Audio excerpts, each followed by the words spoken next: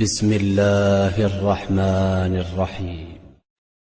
فهزموهم بإذن الله وقتل داود جالوت وآتاه الله الملك والحكمة وعلمه مما يشاء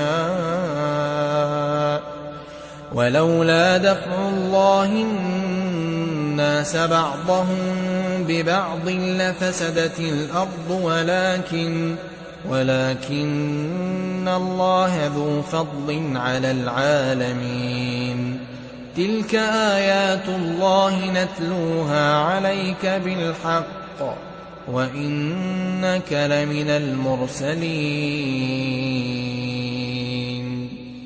تلك الرسل فضلنا بعضهم على بعض منهم من كلم الله ورفع بعضهم درجات وآتينا عيسى ابن مريم البينات وأيدناه بروح القدس ولو شاء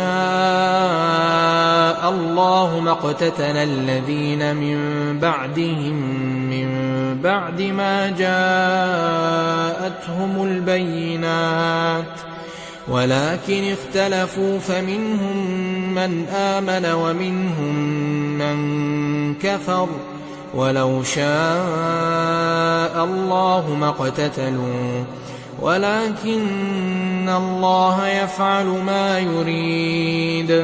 يا أيها الذين آمنوا أنفقوا مما رزقناكم من قبل أن يأتي يوم لا بيع فيه ولا خلة ولا شفاعة والكافرون هم الظالمون.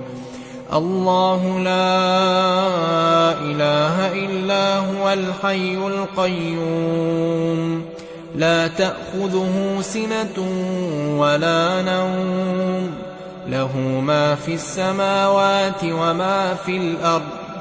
من ذا الذي يشفع عنده إلا بإذنه يعلم ما بين أيديهم وما خلفهم ولا يحيطون بشيء من علمه إلا بما شاء وسع كرسيه السماوات والأرض ولا يؤوده حفظهما وهو العلي العظيم.